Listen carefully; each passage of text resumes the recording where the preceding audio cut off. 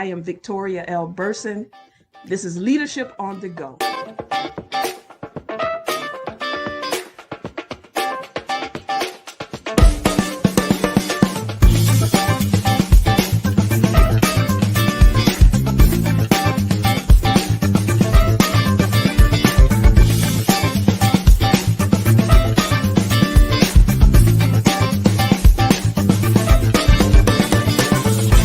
Leadership is not always preparedness for the unknown, but it is tapping into the unknown prepared.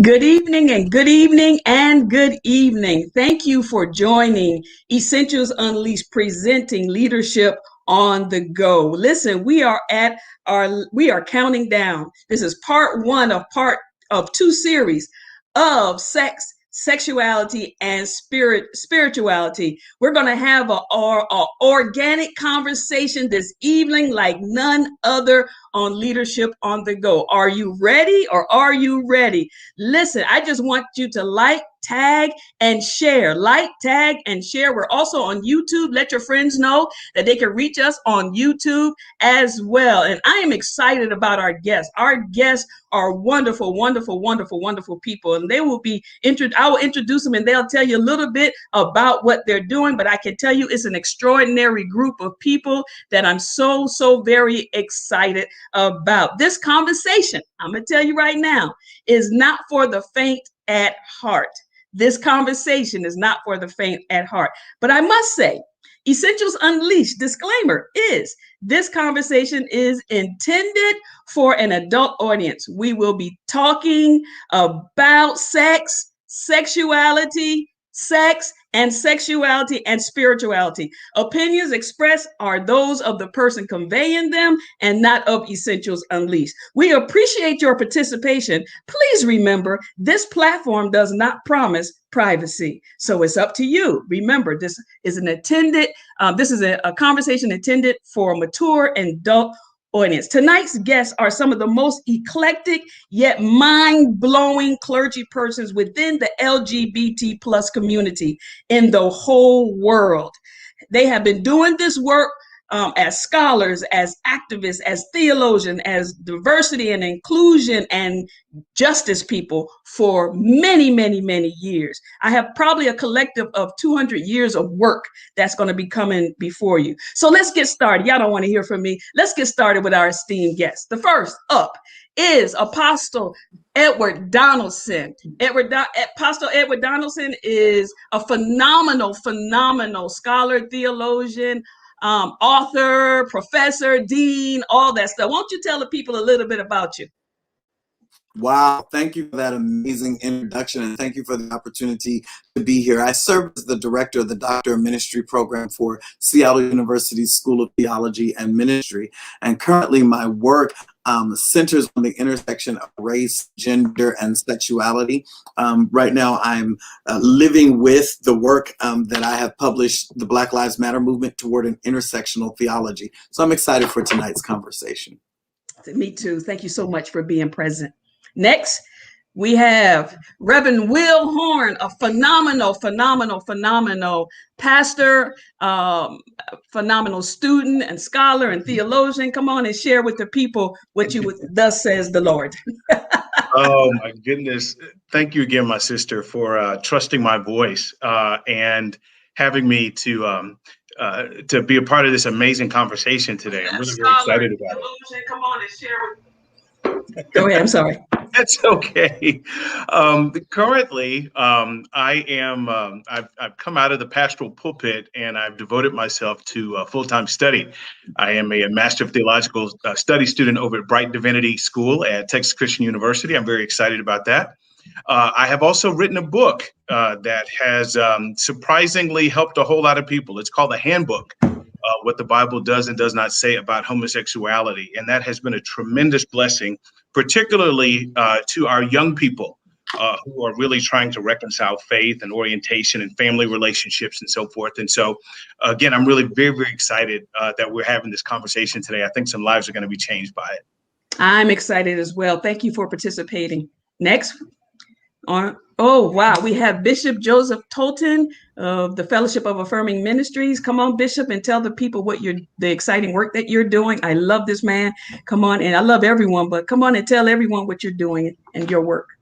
Bless you, Pastor Victoria Burson. It's such a pleasure to be here, and to my most esteemed colleagues, I'm just gracious to be on this virtual dais with you.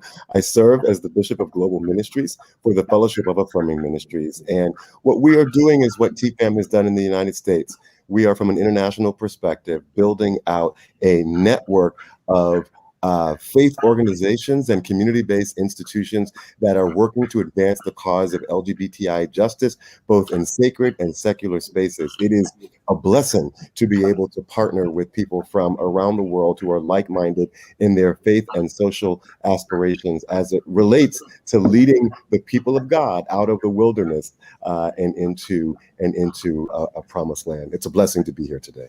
Thank you, and it's a blessing to have you. Thank you.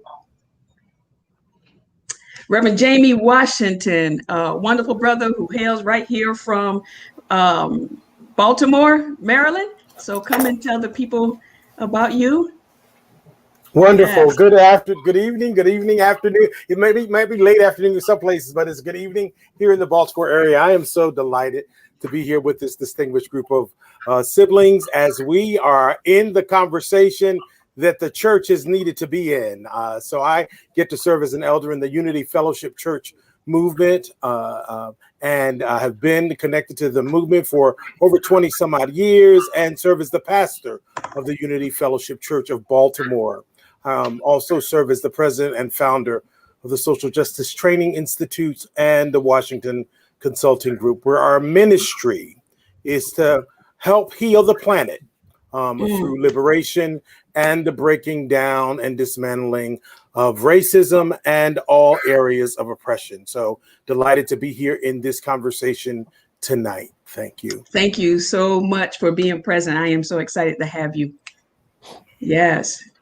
Reverend Naomi Washington-Leapheart, a wonderful, wonderful soul scholar, theologian. Come on and share with the people who you are, what you're doing right now. Hey, everybody. My name is Naomi Washington-Leapheart, and I'm in Philadelphia, Pennsylvania. Ooh. And I feel really grateful to be in this conversation and to bring voice from my experience as a preacher, as a professor, and as a public faith leader.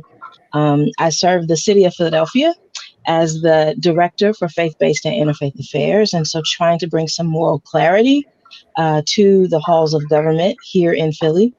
And I teach theology at Villanova University, so always interested in the kind of theological courage we can develop in the classroom. And, you know, I'm involved with TFAM, of course, beloved. I'm grateful to be able to follow the leadership of our beloved Bishop Yvette Flunder. And I've also recently been fellowshipping with the Good Neighbor Movement, which is a congregation based in North Carolina with kind of satellites all over the country. And so I'm just grateful to be here tonight. Thank you, Pastor Burson, for this invitation. I am so honored that you are a part of this. And I heard about the Good Neighbor. And I love what you said about theology that encourages. That is wonderful. So thank you for being present. Okay, and then we have Reverend Dr. Teresa Smallwood. I don't have to introduce, she's been a part of.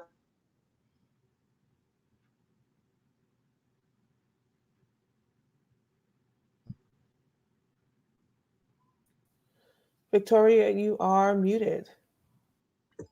I'm so sorry, I said a whole lot. I'm saying I don't need to introduce you because you have been part of the, all of just about 90% of leadership on the go. Really, you have been kind of like the resident house theologian, and I appreciate you being present. So thank you. Tell people a little bit about you, if you would.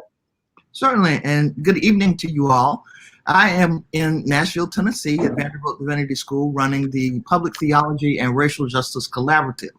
And the collaborative's work is designed to really bring consciousness, raise consciousness, and open our own minds towards the work of scholars, activists, community leaders, clergy, students, and everyone to work together to create synergy, to operate in such a fashion that all of our gifts make a difference in what it is that we're trying to achieve. I find in the world that everyone really that I come in contact with seems to want some of the same things, but working in our silos sometimes really reduces the impact. It really does. Working in silos. I'm glad that you brought that up. It does reduce the impact. So thank you for mentioning that. And finally, we have Reverend Lewis Mitchell, wonderful, wonderful, mind-blowing person. I just tell you, he's a wonderful scholar. Come on, Lewis, if you will, just a great friend of mine. Introduce yourself to the people. Let us know what you're doing and what God is doing in your world. I want to begin by saying thank you. I feel like a bit of a fanboy with this panel, just going, wow, how do I get to be a part of this club? This is amazing to me. I am currently serving as a bridge pastor at Alki United Church of Christ in West Seattle, Washington, and the co-founder of Trans Faith, a longtime institution designed for and by trans people of every faith, spirit, and energetic practice. I am probably more known for being an agitator and a troublemaker than a theologian, but speaking the bland, bold truth is a part of my theology. I feel like we've been so caught up in the optics of a thing, and it's time for us to get into the substance of a thing.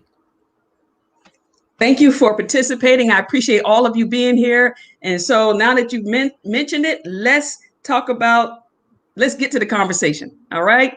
So I'm excited. I want everyone to answer this question real briefly. Why is this conversation of sex, sexuality, and spirituality so important, particularly in this season of church and community in the Black and Brown communities? And we'll just start with Dr. Donalson.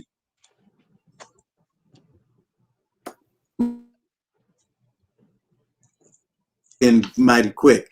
I think it's really important because while sexuality is rooted in our bodied realities, it's much larger than our bodied realities, right? It is about our minds, our feelings, our wills, our memories. Longfellow says it's about our self-understandings and our powers as embodied persons. And so it is embodied and disembodied reality simultaneously. As we are in a very particular historical moment, we are consciously forming and reforming our self-understandings. We can't do that fully if we leave sexuality off the table. I think it's imperative at this moment for us to have a conversation while we think through who we will be as people going forward, as siblings, as community, as global village. Oh, wow. Thank you for that. I like that, reforming our self-understanding. We're going to talk more about that later. I'm quite sure it'll come up in the conversation. Reverend Will Horn. Well, thank you again for that question. And thank you for allowing me really to answer it. I really feel a sense of urgency related to this. And for some, that would seem a bit ironic that, you know, the preacher, the Black Pentecostal preacher, would have a sense of urgency about talking about sex. But the truth is that people are having sex, and they're having a lot of it, and they're having it at church. And some of it is not consensual, and some of it is from very broken places. And we have a cycle of abuse that is happening because we're not having honest conversations about sex and sexuality. And so I believe those of us who have been given these kinds of platforms, actually, when we speak openly and from an erudite kind of place, we give people the language and the courage to be able to talk about sex and sexuality. And I think when we do that, then we can say that we really do have holistic ministries, because you can't really, you know, minister to the spiritual part of a person and not talk about the sexual part of the person, which is just as important. And so when we marry those two things together, then we got some whole people sitting in the pews. So. All right. I love it. I love it. Oh, I'm excited about this. Reverend Naomi, come on with it. Thank you. So, I think that the pandemic actually has presented to us both a challenge and an opportunity, right? We are able to see possibility perhaps in places we didn't before because we've been living through a global pandemic. And so I think now is, as has been said, the urgent and opportune time to reconsider everything, including, how we construct our intimacies, right? The pandemic has taught us something new about intimacy, about being community, about the difference between proximity and relationship, right? We've had to be intentional. We've had to be deliberate, right? So I think now is a good time, since we're talking about how we emerge from this moment better and changed, to fold in sexuality, sex, and spirituality into that discussion. We're not just talking about public health outcomes. We're talking, as Pastor Horn said, about wholeness outcomes. I think that the pandemic has also exposed our vulnerabilities. We perhaps are admitting things now that we weren't willing to admit before, or we couldn't admit before. We are exposing our patterns, the ruts that we've fallen into, and now we're trying to innovate out of them. So I just think that, now is a good time. We should use this crisis moment, this moment of devastation, actually, to rearrange and reconstruct everything, including what we think and what we do related to sex, sexuality, and spirituality. Oh, I love it. And I particularly love we need to construct our intimacies. Now that, Lord Jesus. Let me just keep on moving. Dr. Jamie. Thank you. So much brilliance and power. And one of my mentors, Elder Claude Bowen, said, "You're only as sick as your secrets." And that part of the sickness of the church, particularly, and it shows up in powerful ways in the Black church, is our secrets. And sexuality is one of those major secrets. And it starts with the way that we understand and read and interpret the scriptures, the secrets of Jesus and sexuality, the secrets of Mary and sexuality. You just all of the secrets, and secrets just turn into lies and just a whole bunch of other foolishness that has us show up in ways that does not free the people. It keeps people in bondage. And if we can, particularly in this contextual moment, begin to dismantle the secrets, break the silence around the secrets, then we can have some healing and some wholeness. Connected to that for me is that we conflate sex, sexuality, understanding of sexual identity, and we put those all together. So we ain't talking about nothing.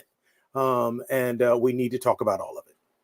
Oh, Lord. I'm just so excited. That is wonderful. And I love what your mentor had to say, that you are as sick as your secrets. And that is so, so very true. Let me I'm getting excited. Bishop Joseph Tolton. I'm sorry, I am. There you go. Am I unmuted? Yes. This is the age of the divine feminine. And whether the issue is climate change, economic justice, whether the issue is autocracy versus democracy, at its root core, the driver of these issues is the imperial desire to control or dominate, which is totally planted and rooted in the soil of patriarchy. If it sucks, why can't it also lick? We as a people, as a human race, are groping towards a new understanding of God's fullness in God's maleness and God's femaleness and all that is in between. And I believe that the urgency around this conversation around sex and sexuality is about radically, as Bishop Apostle Donalson said, transforming our God view, that we can therefore transform our worldview. Well, let me just tell you something. You just transformed people's worldview, because you said if it could be, if it's sucked, why can't it be licked?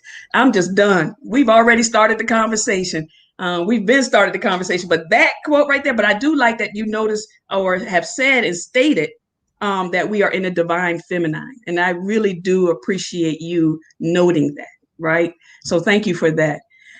Reverend Lewis, come on. You know, so much of what has been said is true. And when we talk about sex, sexuality, and spirituality, I see it as a time, a pressing time to finally weave together holiness and wholeness. And, you know, when you were talking, one of the things that I jotted down was that shame and secrecy seed so many feelings of unworthiness that they stand in our way to fully stand in the callings that we have.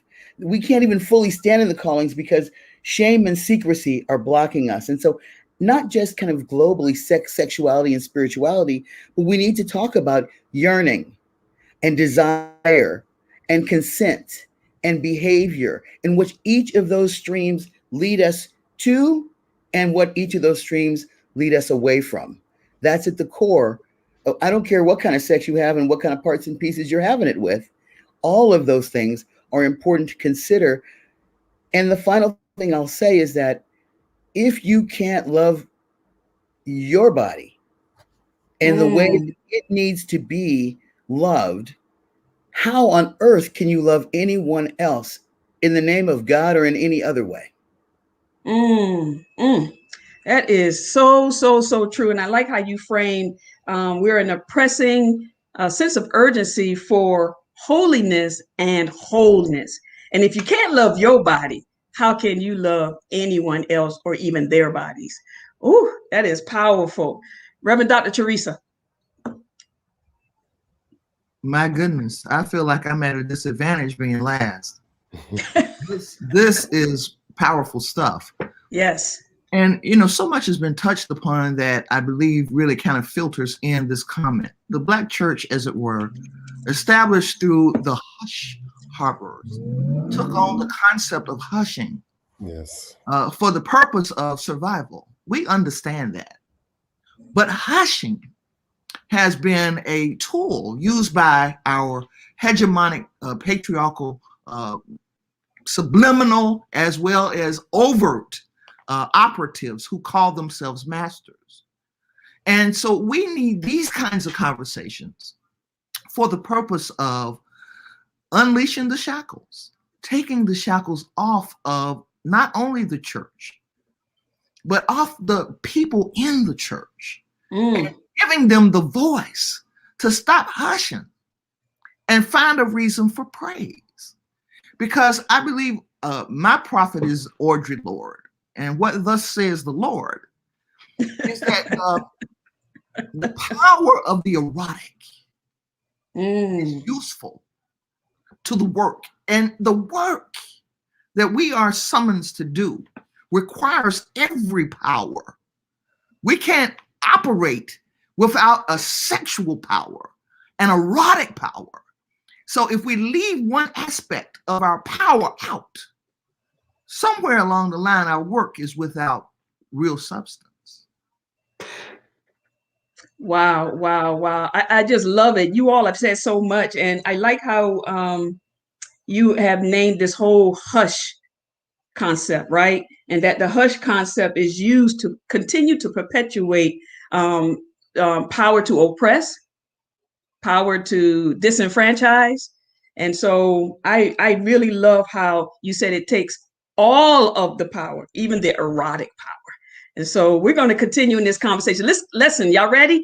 Let's dive in. We're going to have a conversation, and whoever wants to jump in and answer, you could just give me your hand, or you can give me the virtual hand. There's no virtual hand. Just give me a hand or just speak. And so the next question we have here, what is the point, after hearing all the great things that each of you have stated, what is the point of an embodied Christ if the body is bad? And I think someone alluded to that earlier in our discussion. So again, what is the point of an embodied Christ if the body is so bad? Who wants to go first in that? Ooh. I knew it. Come on, Reverend Will. Listen, such a huge part of my ministry right now is simply getting people to identify with Jesus's body. Period. we have been taught that Jesus is here and we are here. Right. And we have not been able to find ourselves in Jesus's experience. Neither do we see that Jesus is involved or connected to our experiences. We see Jesus as Savior, but we never see Jesus as model or as prototype or as big brother, so to speak. And so because there is this disconnect, it's easy for us to say that Jesus was perfect, but we're wretched. And we've got to be able to turn that thing around so that we've got positive images of ourselves. How can we say that God is good and we are bad? We don't take the time to think through our own theology. We don't take time to think through the cognitive dissonance that it takes to say that we are created in the image of God. And that Jesus was the embodiment, the visual representation of God. How can we believe that and then believe such negative things about ourselves? And so I think when we do a better job of helping people to really bring together that Jesus was sent here to help us to understand that if we tap into that same grace, that same Christ consciousness, we'd be able to walk just as Jesus did. And so there's a lot of work, that has to happen there. I would love to talk about the sexuality of Jesus. I hope we can get to that while we're here. But people really need to be able to connect to the humanness of Jesus and then also allow that perfection of Jesus to connect to our humanness as well. All right. Yes. Dr. Donalson. I have to thank you, Reverend Horn, for bringing us to talk about the humanity of Jesus. If we are to take the text seriously in any way, we have to look at John 1:14, and the word became flesh and dwelt among us. We have to begin to see the person of Jesus as a Jewish insurgent born under Palestinian occupation, right? We have to, this Palestinian Jew, rather, born under Roman occupation, we have to deal with the fact that Jesus is gendered and Jesus is sexed by the text. The text tells us that Jesus is circumcised on the 8th day. We can't have a conversation about sexuality, and the human body without realizing that the scripture itself genders and sexes the body of Jesus. And those things are important because his role in society as it plays out is connected to that embodiment. This idea of Emmanuel, God with us, this enfleshment. There is no hypostatic union. There is no fully God and fully man if the man part is not also sexualized, because that's what it means to be a whole human individual. What happens when we start taking seriously the idea that Jesus was tempted in all points, as are we, yet without sin? Well, this idea of missing the mark, hermetia, this idea of not making the excellence of one's highest self becomes impossible if one is not in one's own body.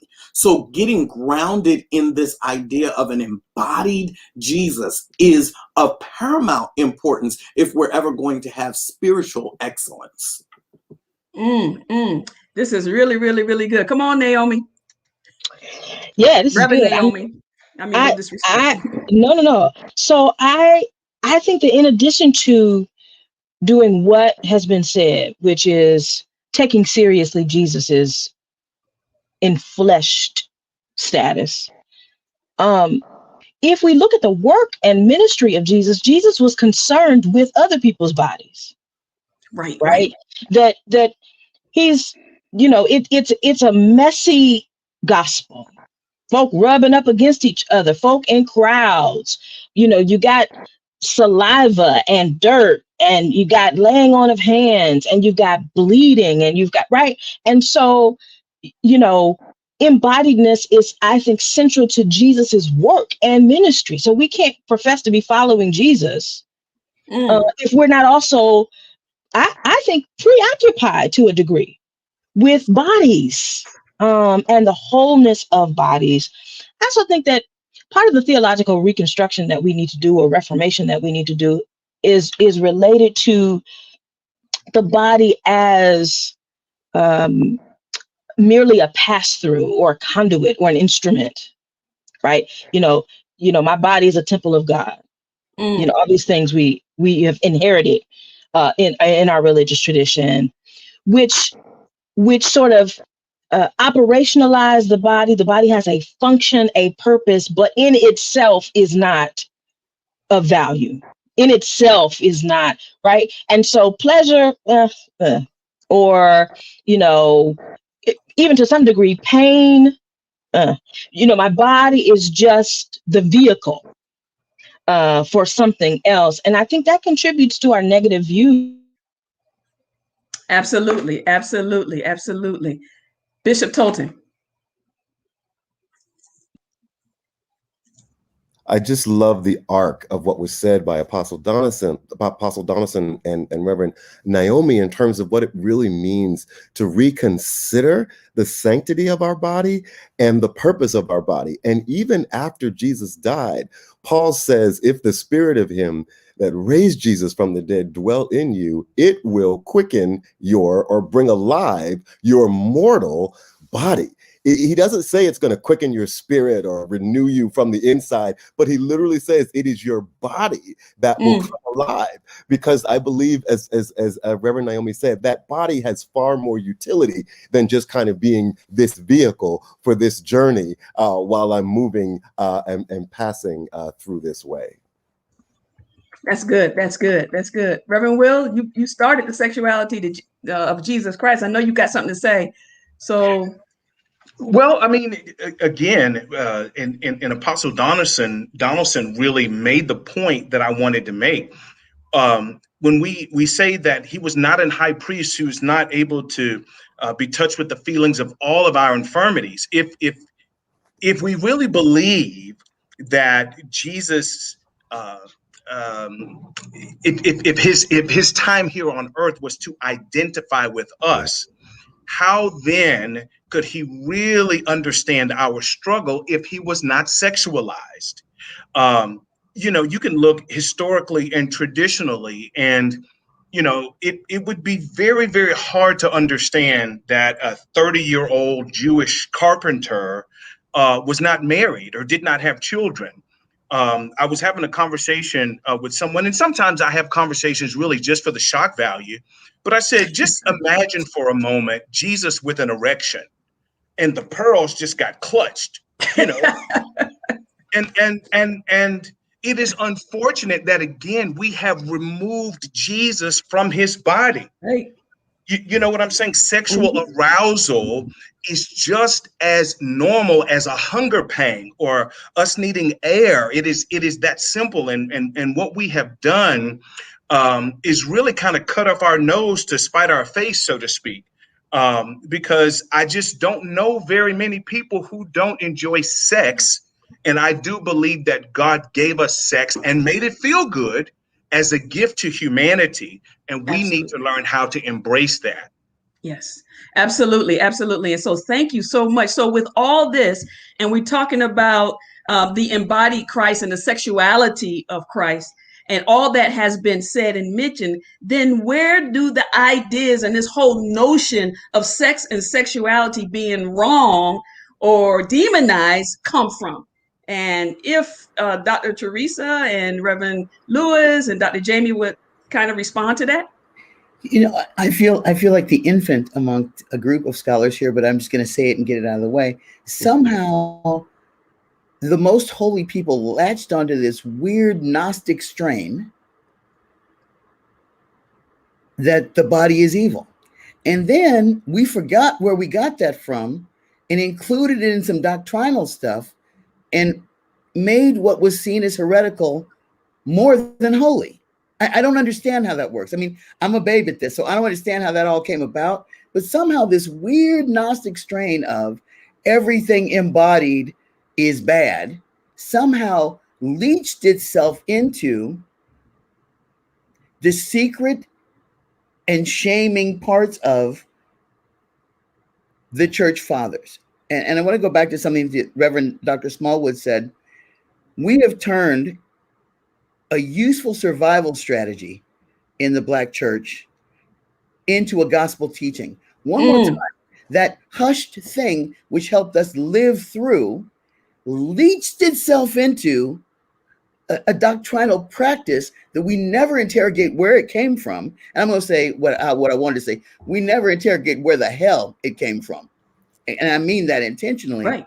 And somehow we've taken this weird schizophrenic practice of non-sexuality, non-embodiment, this Gnostic separation as being somehow more holy, while at the same time holding on to patriarchal practice of using charisma and sexual power as men from the pulpit to control and subdue under the auspices of being holy. I know I said a lot there, but I'm talking real talk right now about how men move in the church. And I know that as a holy hybrid because I've been able to see it as a man and I've been able to see it as a woman. And I can tell the differences in how I've been treated in my journey. And there's a real thing. And when we talk about that spirit quickening, Bishop Tolton, that, you know, when you're reading common literature, quickening means you got a stiffy. Right. And I think there's a way in which we don't want to admit that there is an erotic part of our praise and worship in the Black church. It's intentionally erotic and intentionally compelling because it draws people in, and just like a good drug, it might make you lose your discernment and you will buy into some stuff that really isn't for you. Wow, thank you for that. Whichever one want to go. So, you know, one of the things that really trips me up about how we operate in the church with such traditionalism, we only sing about all things come of thee, O God, when we've taken in money. But all things come of thee, O God. All things. Have we given thee? All things. That word thing, because, you know, when I was a little girl, that's what the man's penis was, a thing. And I was, you know, conflicted a little bit. But the idea about this thing being holy comes from Luke. Because when the baby Jesus was born, he said it's a holy thing. Yes. So in this comes what I think Shauna Copeland does so very well in her book, Enfleshing Freedom. Well, what comes of this is the ability to free ourselves from those things that have kept us bound in this notion that something escaped God's memory. It got fixed, created, put in place, and set into the cosmos without God knowing. No. And if we could just get straight the fact that Adam is not it's not a noun, okay? It's a word that says being. Right. And if the being comes here with every part of itself being capable of being masculine and feminine, we need to understand God performed the first transition surgery. Yes. And in that comes a freedom to understand a creativeness in God. Yes. That sees and loves all of God's creation. Yes. Yeah. Woo. Such power. And I just want to add, we cannot erase this conversation from the dynamics of white supremacy. That's right. Right. And the impact of particularly for those of us in the Black church. That's right. And our desire and need to survive, right, on many levels, and show up as civilized, right? And so we have taken on some stuff that don't have nothing, some more stuff that don't have nothing to do with our truth and our natural knowing of self.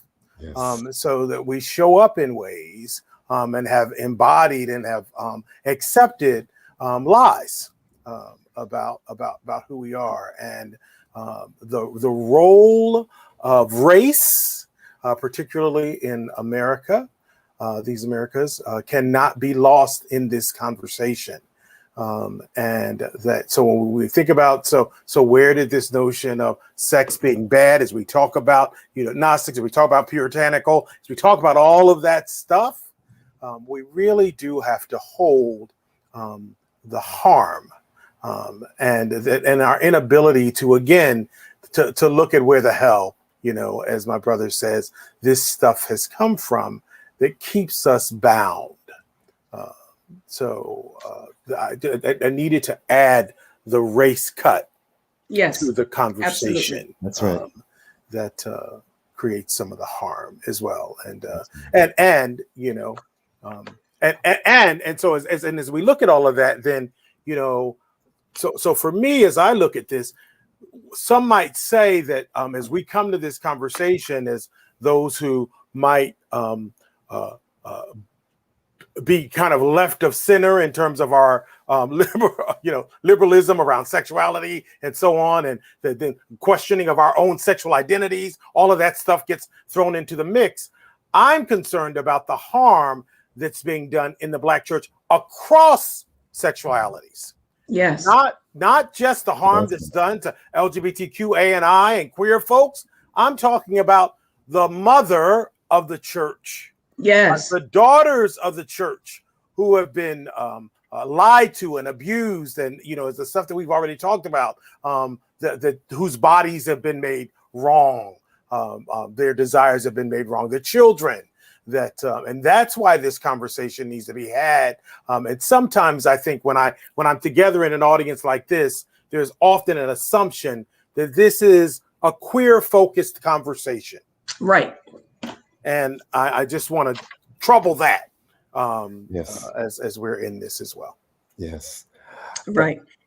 Go ahead, Bishop. And I think the point of bringing in the racial element is just so super important, in that historically in slavery, our bodies were beaten. Yep. Right. Morning, noon, and night.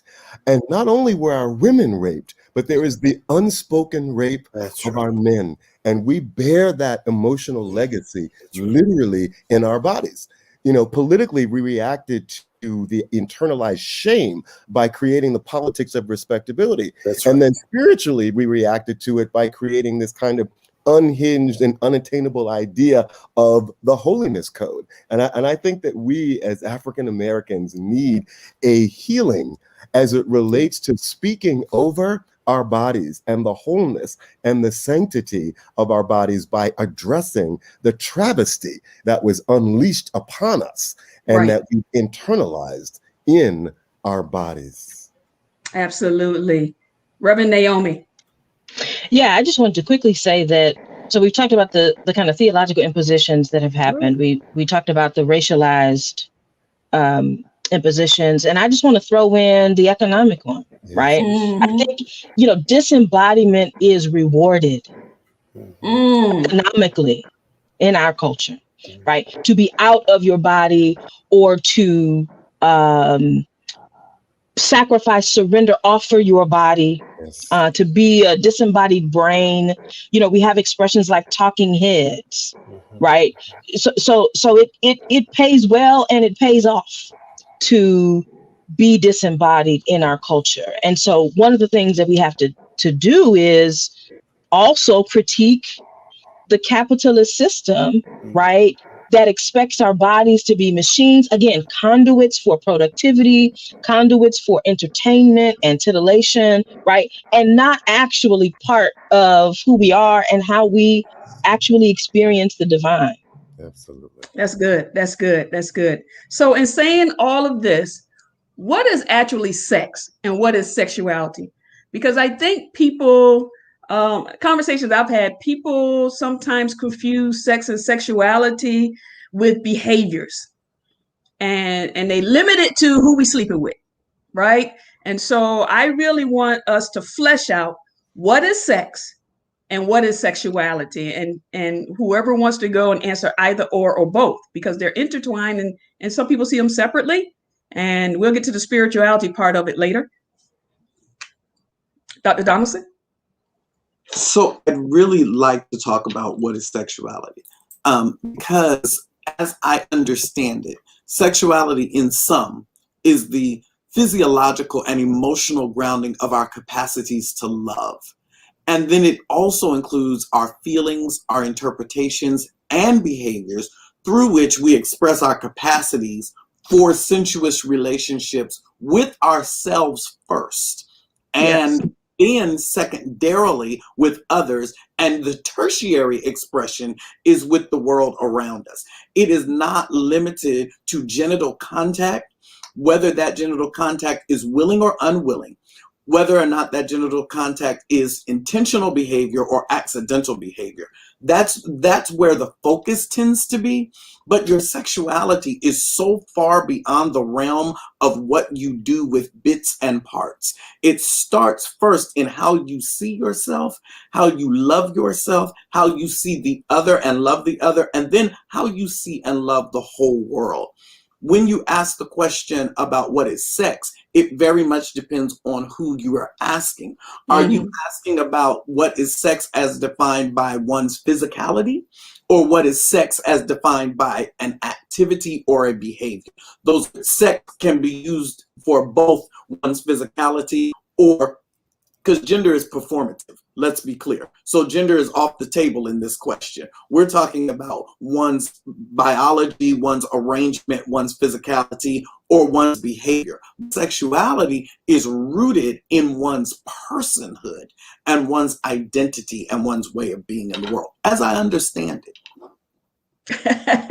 Well, I like how you understand it, because I wanted to ask that question so we could flesh that out, because people who are listening and who will listen to the replay tend to minimize sexuality.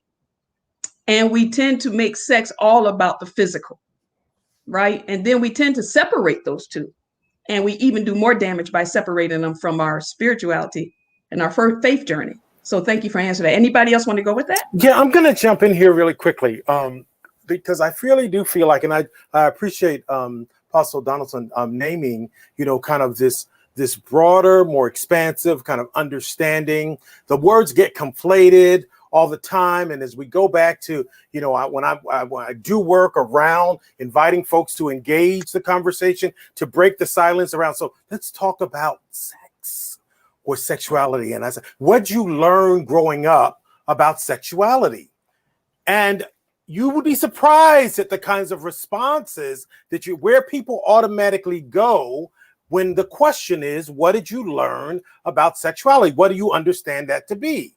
And what you've named is sexuality is a complex, beautiful phenomena, right? There's a lot that we know and a lot that we don't know about sexualities. The messages that we've gotten certainly is that you are born this, you are assigned this, and therefore that means this, and therefore this should happen, right? And it is far more complex than our biology and our physiology, our gender identity and our gender expression and connection to that, our capacity to love and to whom we connect to and have compassion for, and that sexual connection is different than our romantic connection, right? Necessarily, right? And so it just gets into, then our behavior is different than all of that, right? And so it's a complex, and then how you see and name yourself invites in others, because, I can behave differently than what is natural to me, right? If the price is right. Say more. So, I have often said, to folks, is like, well, if I asked you, my right-handed folks on the screen, right-handed folks, raise your right hand. Right hand. So if I asked you to write me a paper with your left hand, could you do it? Well, if I said the reward for doing that would be $1 million, you could stop all this work and you could just go in. Could you do it? Well, it might not be your best work, but you could get it done, right? And so the cost-benefit analysis in terms of, am I able to perform differently than what is truth and natural for me, shows up in our sexualities as well, right? And so this whole notion of, well, last week you was with a girl, this week you with a boy, all of that kind of stuff. Well, and why did you say this over? Well, maybe it was about the cost-benefit analysis. Maybe it is about my complete expanded capacity to love beyond one thing, right? And connect beyond one thing. But it's complex, right? And it is beyond binary thinking and dualism, which the Christian church locks us into. It locks us into either or thinking, good, bad, right or wrong, black and white, male, female, all of that stuff. And we have to, again, be able to deconstruct that and look at all the ways it shows up in all of our understandings around lots of things that has us in bondage and keeps us in harm. And so sexuality, there is no, for me, just kind of simple answer, just like I said, so what is race? Well, okay, it's a lot. Right. And, as you come to kind of understand that there's scholarship about all of this stuff. Right. But lots of folks assume just because you have it that you understand it. No, we don't understand it. And most folks I know, particularly in the church, do not understand the beautiful complexities of sexualities. Or do we want to understand? Yeah, we don't. Or the church always teaches us that we need to understand because we need to be put into a particular bubble, a particular category around these things. Yeah. Reverend Lewis. Yeah. I just want to say something very quickly. I mean, we talk about sex and sexuality, but when we're thinking about it, I'm thinking about consensual, mutual sex and sexuality. But there's more to sex and sexuality than that. And I think it's gendered, it's race, it's economic. That's right. And, I have a theme running through my head from Eve to Cardi B. How do we punish empowered women? There's a theme in my head. Like, you done said too much with all the wrong words. I need you to stay in your place. We will make history distort who you are to punish you for that, no matter what. And I think on the male side, it's not sex if I've won the battle and I want to screw you. That's conquest. You hear me? It's like rape and conquest are not seen as sexual acts, and they aren't, but they are. Do you see what I'm saying? Like, there's so many things that we don't call sex and sexuality that are still behaviors that impact us from generation to generation. And I mentioned before about how that sexuality from the pulpit draws people in and numbs people, particularly young little sissy boys and women who want to get the pastor's favor, who end up keeping secrets and drowning themselves in drugs and alcohol to keep the shame down. These are all a part of our big family. Absolutely. And that shame and secrecy stunts our spiritual growth. And it also doesn't make us trust anyone with whom we can have a spiritual conversation about that hurt place. Because if Pastor A did it, how can I trust you, Pastor B? Absolutely. Absolutely. And it hurts the whole kingdom when one of us commits that kind of spiritual malpractice. And I'm learning it and I'm watching it as someone new to ministry. And also, as I said, not only a holy hybrid, but someone who believes that our healing must come from the sacred braid of the spiritual and the secular. Without that sacred braid, we are not whole. Whether that's our embodiment, our sexuality, the way we separate our minds from our bodies, all of those things that divide us apart make it's not like puzzle pieces. It's like each of those cogs needs to connect for the whole thing to move forward properly. And anytime one cog is taken out as being bad, we just can't move forward in the way we are meant to spiritually. Absolutely. Absolutely. So thank you for answering that. And so I have a question here. If God is, and I want to break the question up because it's a two-part. So I'm going to ask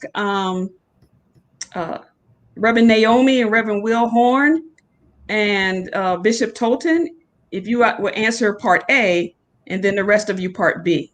And so here, if God is with us and in us, then what defines inappropriate sex is question A. And question B, is sex between a man and a woman impetus of marriage equality. So if you need the question again, I'll be glad to ask it again. And if we can, because we're shortening our time, we still got more questions we want to get out to the audience, some answers. And so from this panel. So if you can answer that like in 20, 30 seconds, that'll be wonderful.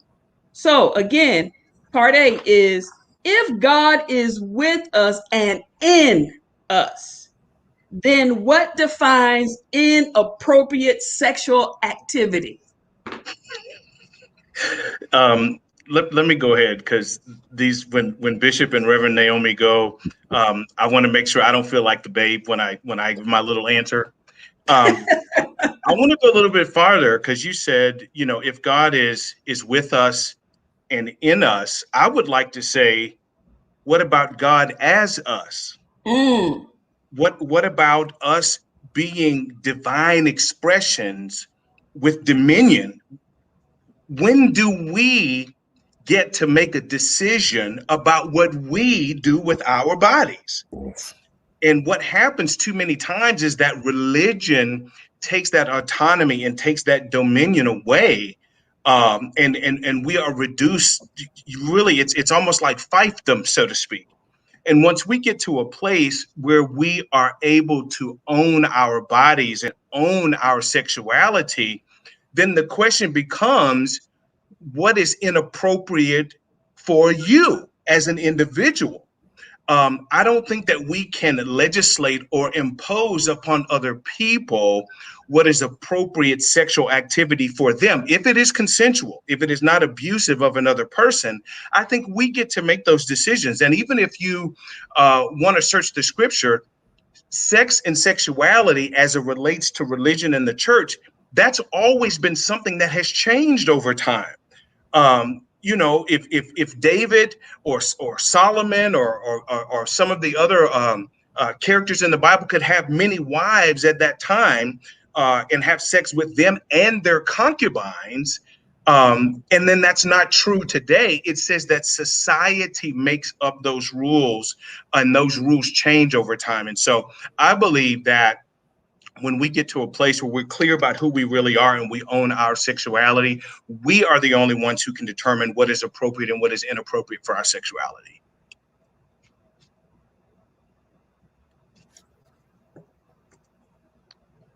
I would just that didn't sound like a babe answer to me. It sound like a what? That didn't sound like no baby answer to me. Reverend Naomi? I was just going to briefly add that, I do think that sexual activity that is mired in shame is, I think I'm struggling or grappling with this word inappropriate, but is certainly, unholy, certainly contributes to our lack of wholeness, right? And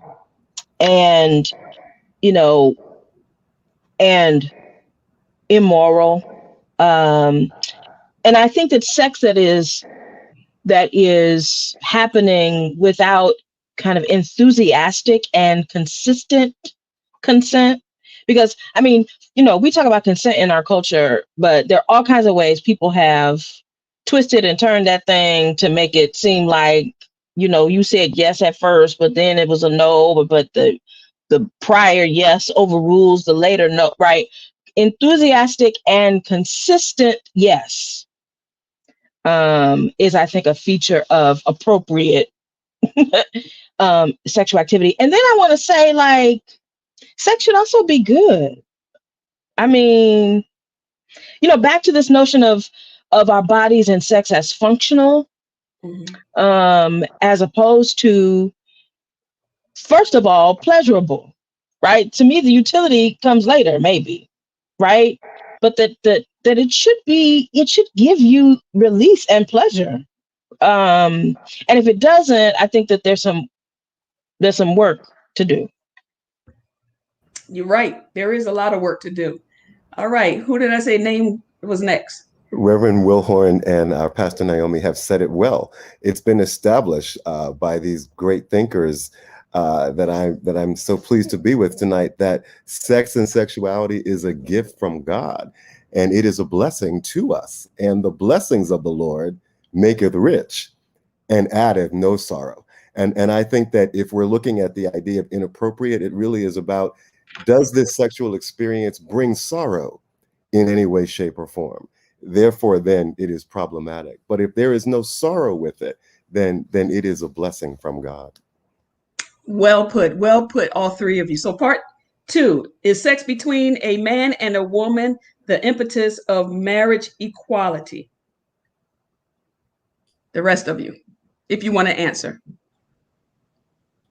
So when we talk impetus, it's my understanding that you're asking, is that the sort of momentum of marriage equality? And I have to say, no, not in this culture. Absolutely. Actually, the impetus would be what we call traditional marriage. Marriage equality has not found a normality or a normalcy as of yet, even though we have the Supreme Court weighing in on that. What we know is that we still have quite a bit of work yet left to do. But certainly the Bible talks about bedrooms. And this idea of traditional marriage is something that we need to really kind of divorce ourselves from. I've been talking divorce and unshackle a long time. and the bottom line is this: we are confusing the sacrality of marriage and covenant with some of these archaic laws that really go right back to what Dr. Washington talked about in terms of how patriarchy has shaped a great deal of our understanding about what is acceptable, right? And so when Bishop Tolton invoked the idea of how the politics of respectability began to sort of create the pietous nature of our ensuing work around spirituality, it really puts a cog in the wheel, doesn't it? For you to think in terms of a marriage, and you use the Bible as your standard, it becomes mighty problematic when you think about how marriage was considered in the biblical cultures. I mean, we had polyamorous marriages and all kinds of connectivities around concubines. Listen, Solomon had 700. I'm trying to figure out how he got through all them pairs of stockings. But nonetheless, the treatment that we have put together in our cultures and subcultures, and how we have directed the subaltern to somehow confess itself as unclean is an abomination. Yes. I might get in a lot of trouble and be unpopular with my response. Go ahead and be unpopular. Oppression only teaches how to be oppressed and how to oppress. Yes. Oppression never teaches us liberation. The language of marriage equality should be interrogated and problematized. Equal to what? Who was it designed to serve? Who benefits from the language of equality? As though you needed someone else to sanction and ordain or validate your love. Speak. Why would you diminish yourself so as to use language that would center someone else's idea of what your covenant is all about? So for me, I have to trouble the trouble of the question. And I really don't care what the impetus is, because marriage equality is uninteresting to me. I'm disinterested in the conversation. What I'm interested in is living out the love that God designed for me to live into, and to do that in such a way as to support the health and wholeness of my family, my personhood, and my people. And the rest of it, the devil be damned. He's a cursed spirit. And listen, these questions are only being asked to kind of jar these kind of responses, right? And so thank you for your willingness, for all of you being unpopular at this point. All right. You know, appreciate people wanting to marry and all those things, but I tend to use the language of marriage equity, so that your marriage is equal to someone else's marriage. I actually bristle at the idea that a coupling should have extra benefits that someone who isn't coupled shouldn't have. Like, that to me is where it gets the legality of, we want to marry so we have the same benefits as straight people. Well, why do straight married people get these extra benefits? For what? Like, what if I want to have this connection with my mom because she's by herself and we need these protections in our relationship? Why does marriage make these protections somehow sacred? There's a way in which we've used the legalism, and I'm going to say this, and again, I'm going to get in trouble at some point, but I fear that our desire to assimilate to what appears to be the dominant culture will forever leave people in the margins bleeding and disappointed in our leadership.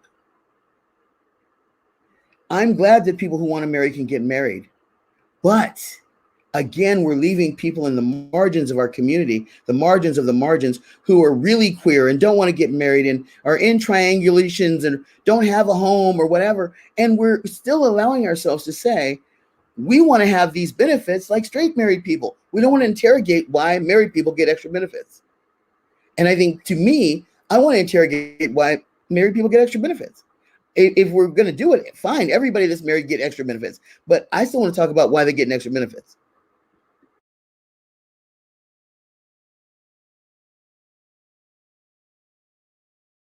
You're muted. Enough. We can move on to the next question. Enough said. Yeah, that's what I was saying. Do we want to move on? Yes. Okay. All right. So,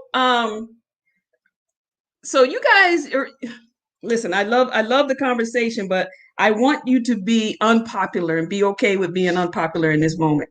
So if we, the LGBT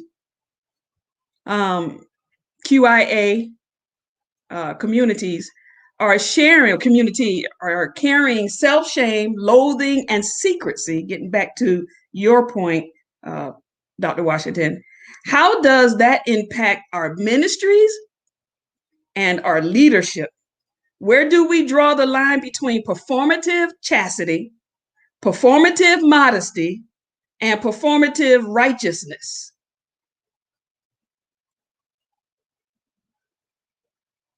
I'm going to read it again. Well, hey, let me say, Okay, it's right at the center, right? Of this whole conversation, in terms of, that lots of the ways in which, and I know that in my own journey as a same gender loving man, when I got to the place where me and God was okay, like I was clear that, okay, so all right, so I did believe them lies. Now I don't believe them lies no more. Okay, so I got to that point.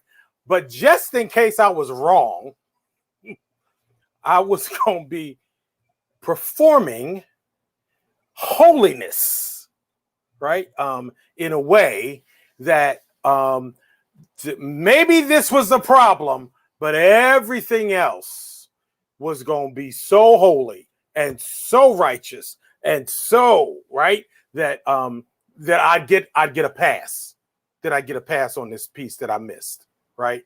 And so I believe that one of the secrets and the harms that's done often with, and I don't think it's just about LGBTQIA plus community leaders, but I think it's anywhere in which we have not embodied our wholeness and our truth. And as Reverend Will has already named, are seeing ourselves as God and having the right to make decisions and to choose what's appropriate and what's right for us, that we will show up in ways that are not only performing and doing us harm, but doing harm to those who we've been given charge over. And whether that is in the classroom, whether that is in the pulpit or in the church congregation, we will show up in those ways because we are unhealed ourselves, and have not been willing to problematize or ask some of the questions that are being asked in this space. Yeah. Okay. Anybody else? I'm gonna keep on moving because I want to get to some meat before on this show. Now, part 2 got some serious. We're gonna dive into some serious conversation, but we're starting here by unleashing some of the thoughts. And so when you come back to part 2, you'll be ready for some of the kinds of things that we're really going to talk about that was already mentioned. We're going to, well, I don't want to get there. So anybody else want to respond? I'll just give something really very briefly. Again, just as a leader, as a pastor, I came out of a very traditional Pentecostal denomination. And unfortunately, around my orientation, I was encouraged to be dishonest. I mean, it was just a part of the culture. And unfortunately, too many of us, most of us, dare I say almost all of us, particularly those in the church, have not been really taught how to be completely honest because we couldn't be. And so it causes us to live in a lot of shame, to live in a lot of secrecy. And what I've come to understand is what we are as leaders and what we do as leaders, it multiplies. And so what happens is we end up being a part of the vicious cycle that we are victims of. And so where we couldn't be honest, now because we're not honest, we're teaching our congregants to not be honest. And the cycle goes on and on and on, and we never get to a place of liberation. And so I'm, again, the way that I live my life today, and I'm grateful for the grace and the courage to live out loud the way that I do, because I have seen that that's unlocked the gate for some other people to get out of bondage as well. And hopefully at some point we'll begin to break that cycle. But as long as the leaders are bound, the people are going to be bound. And as long as the people are bound, sheep beget sheep. And so there's going to be other bondage. And so I just think it's really very important that those of us who are in leadership positions come to a place of clarity and confidence to be able to help other people to be free.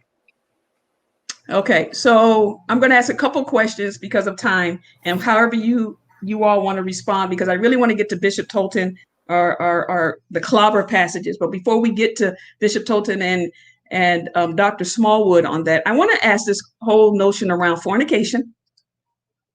Where the hell did fornication come from? Is fornication, even in the heterosexual or traditional, not heterosexual, but traditional setting, how do we keep, even in the LGBT communities in our Black churches, keep teaching this whole notion of fornication? Where did it come? Not where did it come from, but let's talk about fornication, and let's talk about singles who are not married, who don't want to get married, or people who don't want to get married. And if they're having sex outside of marriage, is that fornication, or is that just them having sex outside of marriage? Who wants to go for that? Or widows, right? What happens? Yes. Yes. I was married and now they're gone and I ain't married no more, right? Is my sex life over, right? Or I'm fornicating? All of it. Yeah. My mama was one of them. Let's respond. Dr. Naomi, thoughts? Is fornication a real thing? I think, I gotta love Paul, some beautiful kind of high-flying theological imagination, some, powerful, but Paul was trying to make sense of things, just like we sitting here tonight doing. Right. Paul was pontificating, and, I don't want anybody to 2,000 years from now be reading nothing that I wrote. Please don't. Please don't. Right. And certainly seeing it as a prescriptive kind of text. Paul was describing his situation, his context, the things that were urgent to him, his priorities, his spiritualities, his wrestling, his grappling. But Paul, so Paul wrote some things down. And it might as well have been read in my King James Version Bible that I grew up with, right? The words of Jesus. Paul, so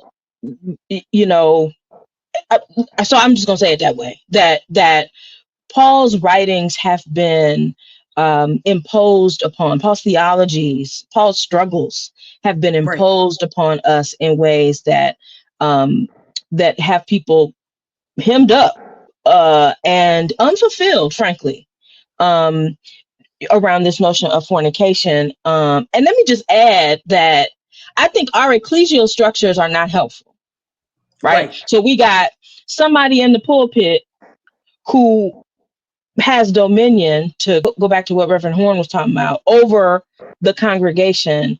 And so vulnerable, we don't want our leaders to be vulnerable. We don't want you to not know. We don't want you to be, still struggling or asking questions about, right? And so I think that contributes to, the single pastor is not going to get up and talk about how hard that is. I mean, perhaps literally, right? Absolutely. And so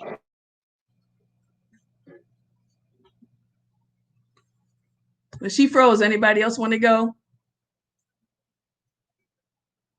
So I have to say that our interpretations of Paul are even more damning and damaging than Paul's writings themselves. My sister, Reverend Leapheart, like always stirs me when she speaks, because I'm back still sitting with Augustine and Tertullian, and Augustine's interpretation that because a woman ate the fruit first, then all sin comes through the woman. And Tertullian, who says that every male erection is the wickedness of man responding to man's own sinful nature.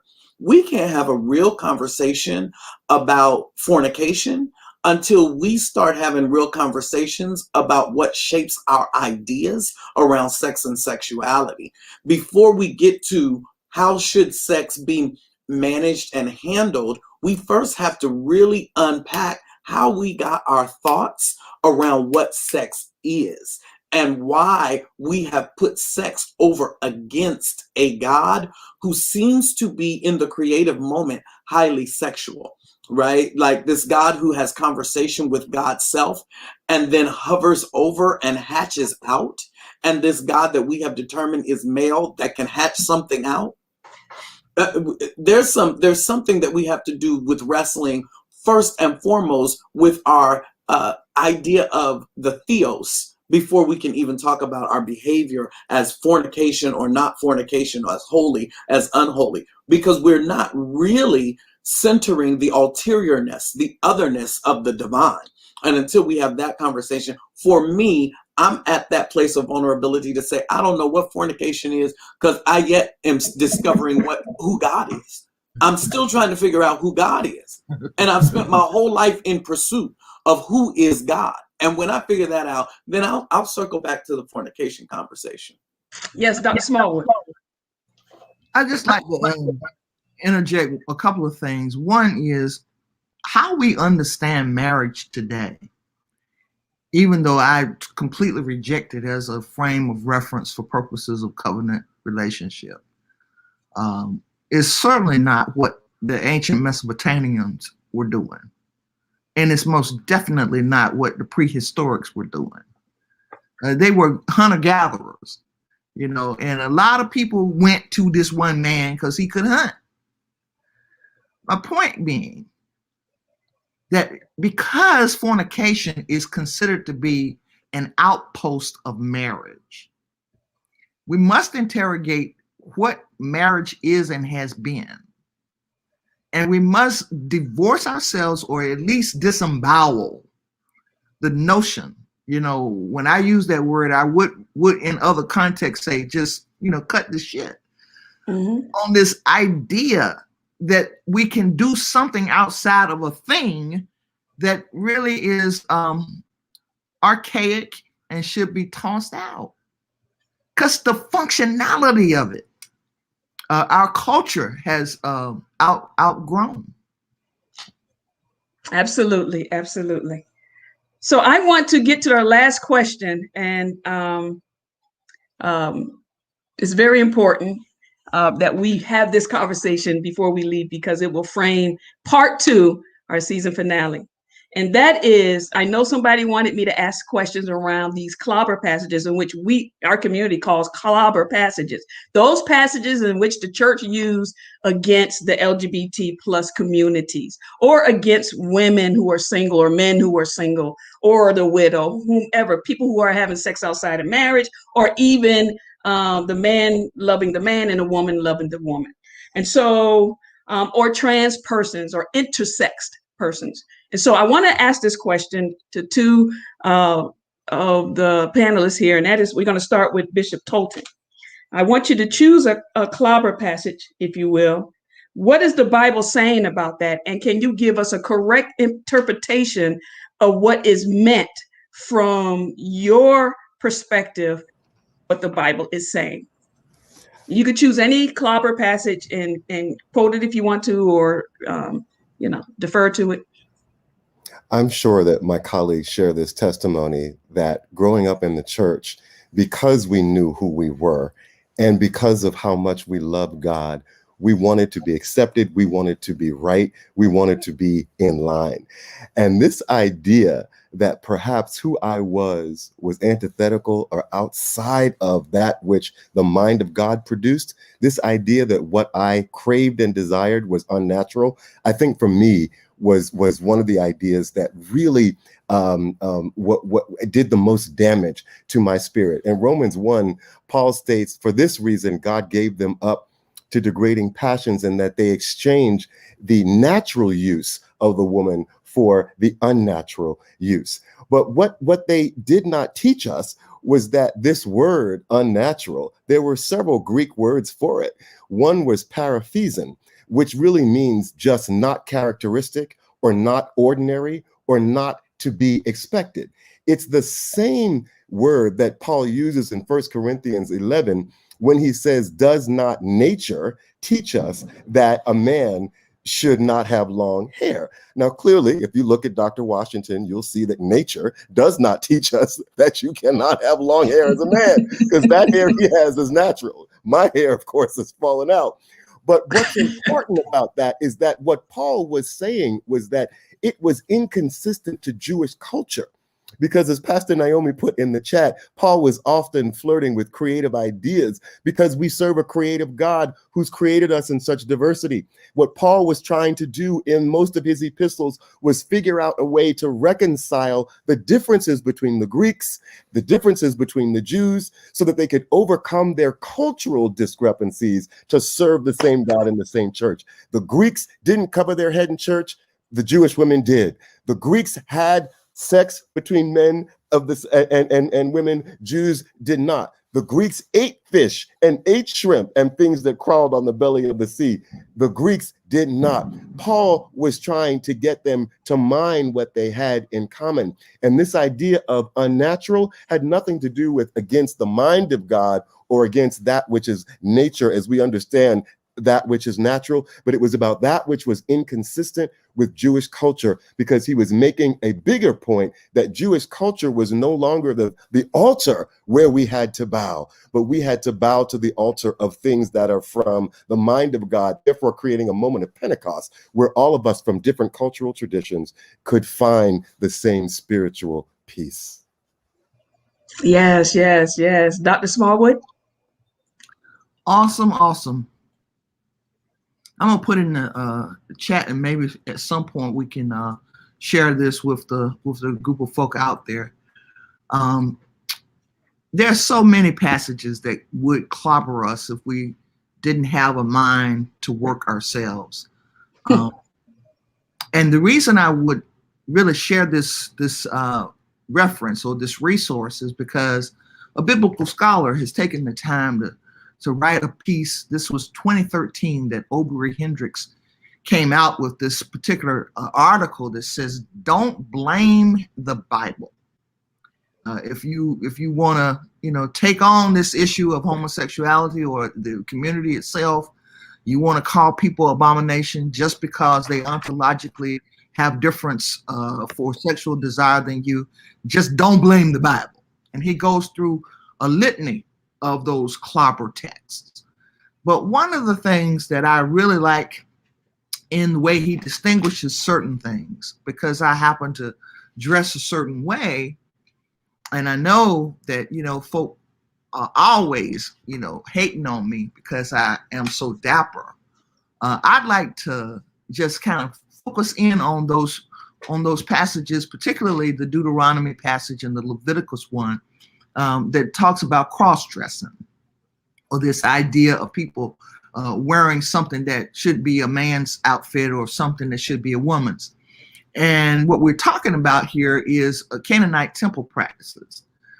And what Oberich says better than I could is that, people use that to talk against folk dressing the way they desire to dress. But that was not at all the intent.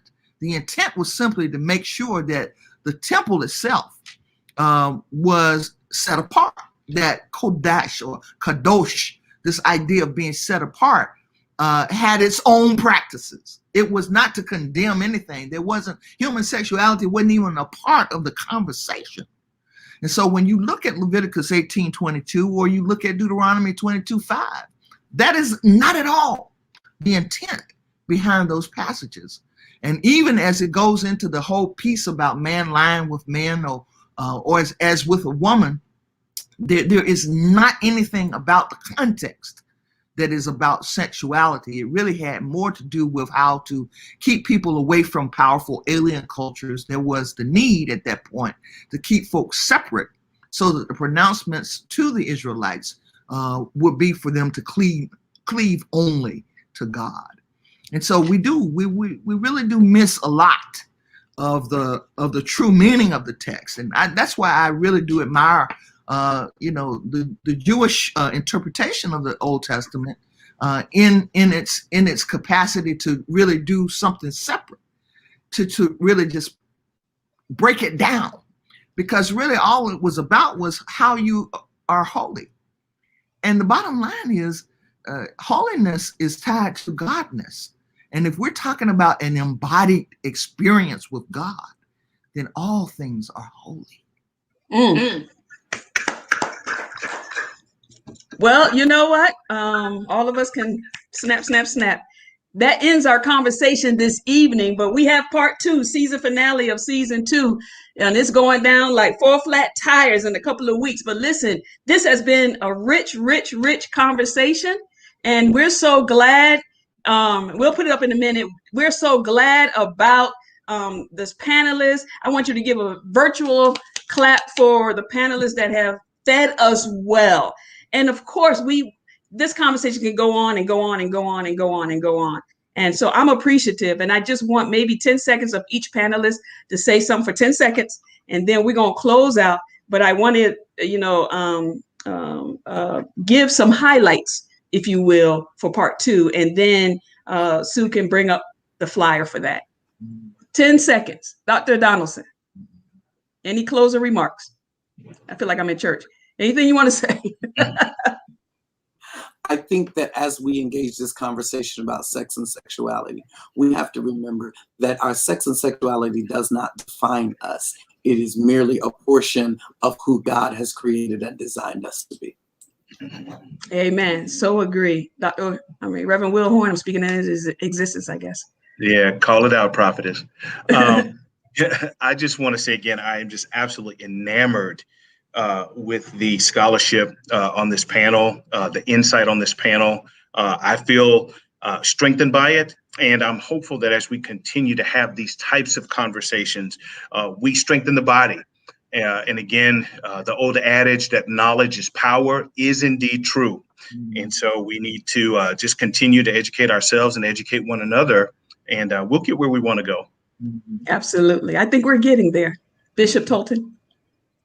I'm grateful to God for the collective and individual body of work that's represented among us, particularly as those of us who, as African Americans who are standing in that queer affirming space. We are literally reshaping the horizon of the Christian church, and we have literally placed our bodies on the line as a living epistle of the grace and the power of God. And I am grateful to be named among this body. Amen. Reverend Elder Dr. Jamie Washington. Yeah, thank you so much again. Just joy, joy, joy, joy down in my heart. Love being in the room with such brilliance. And I just want to say that particularly in the last part of the conversation with Bishop Tolton and Dr. Smallwood, that I want us all to think about, and I want folks who are listening in to think about, is there's not a lack of knowing and not a lack of information. I want us to think about what gets in the way of us knowing this information and doing something about it, right?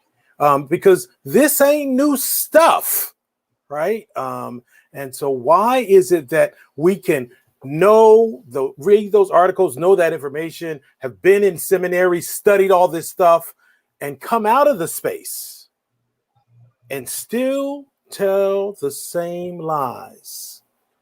What's that about? What's that about?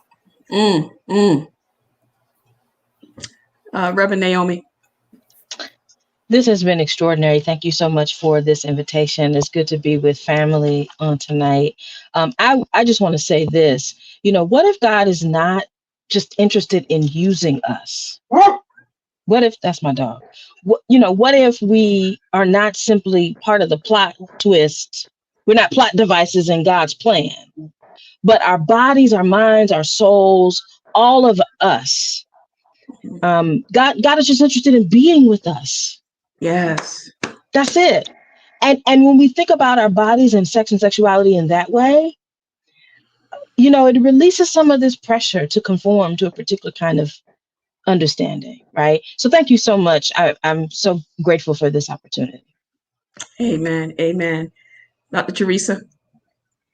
I too am thankful and grateful both for the conversation, for being introduced to such wonderful people who have such depth of knowledge. I want to leave people with this idea.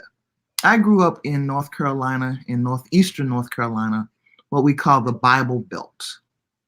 And I say often to people that I was often beaten with that belt. But I want you to do as I have done. If you find yourself being whipped because of your desires, understand that you may enflesh your own freedom when you take communion with a God incarnate and allow that God to come into your life. And understand this, that when you do so, what you really are doing is coming into your fullness, your wholeness. And in the wholeness of your being, all things are possible. Amen. Amen. Reverend Lewis. I have nothing to say except thank you. Thank you all for being a blessing and for affirming what I know in my spirit, but am yet to learn in the halls of education. You affirm that I'm on the right track as I go forward. So thank you. Amen. Well, with that being said, that is the end of our show. We want to thank all of our panelists and their knowledge. I told you they are mind-blowing. And part 2 in 2 weeks on the 27th, you don't want to miss it because we're going to go in. I mean, when I say we're going in, we're going to have Prophet Ngiri Kamara, Apostle Edward Donalson, Apostle Jabari Douglas, Reverend Will Horn, Reverend Dr. Teresa Smallwood, Reverend Elder Jamie Washington, and my co-host at that time will be Reverend Lewis Mitchell. So it's going down like 4 flat tires. We're so thankful. Panelists, thank you for being a guest on Leadership on the Go, where we want people to live on purpose and lead with passion. And so they do that by hearing how other leaders are doing it in the world. And you are an eclectic, mind-blowing bunch. And so I am so grateful to all of you. I will see you in 2 weeks. Make sure you like, tag, and share and subscribe to Leadership on the Go. God bless you, and may heaven always smile upon you.